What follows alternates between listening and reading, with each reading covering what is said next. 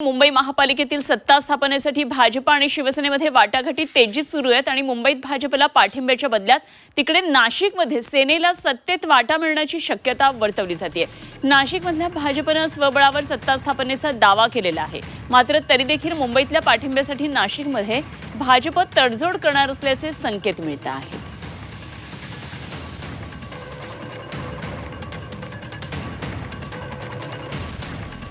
तर सध्या वाटाघाटींचे दिवस आहे। विविध महापालिकेमध्ये सरकार स्थापन करण्याचे दिवस आहेत, मात्र अनेक महापालिकांमध्ये मॅजिक फिगर गाठण्यासाठी अजूनही मुख्य पक्षांना त्या ठिकाणी अपयश येताना पाहायला मिळते आणि त्यामुळे आता वेगळ्या पद्धतीनं ह्या वाटाघाटी सुरू आहेत। नाशिकमध्ये भाजपनं स्वबळावर सत्ता स्थापनेचा दावा केलेला आहे, मात्र तरी देखील मुंबईतल्या पाठिंब्यासाठी नाशिकमध्ये भाजप तडजोड करणार असल्याचे हे संकेत मिळतात।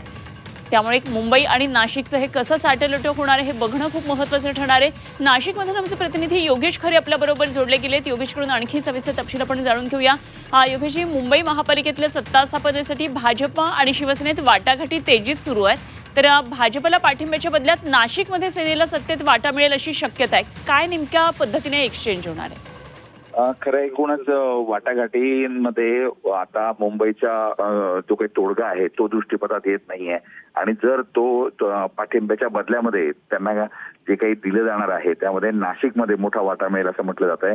कारण की नाशिकमध्ये बीजेपी शिंदे सेनेला सोबत न घेता सत्ता स्थापन करू शकते आणि अशी परिस्थिती असल्यामुळे शिंदे सेनेला या ठिकाणी कुठलंही पद मिळू शकणार नाही। विरोधी पक्ष नेते पद त्यांना मिळालं तर पुढच्या काळामध्ये भाजपसाठी अडचणी निर्माण होतील आणि या दृष्टिकोनातून आता शिंदे सेनेला सोबत घेऊन मुंबईचा तिढा सोडवण्याचा प्रयत्न जो आहे तो सुरू झालेला आहे। त्यामुळे एकूणच येणाऱ्या काळामध्ये याबाबतची आता चर्चा सुरू आहे। याबाबतचा निर्णय लवकरच उच्चस्तरीय केला जाईल।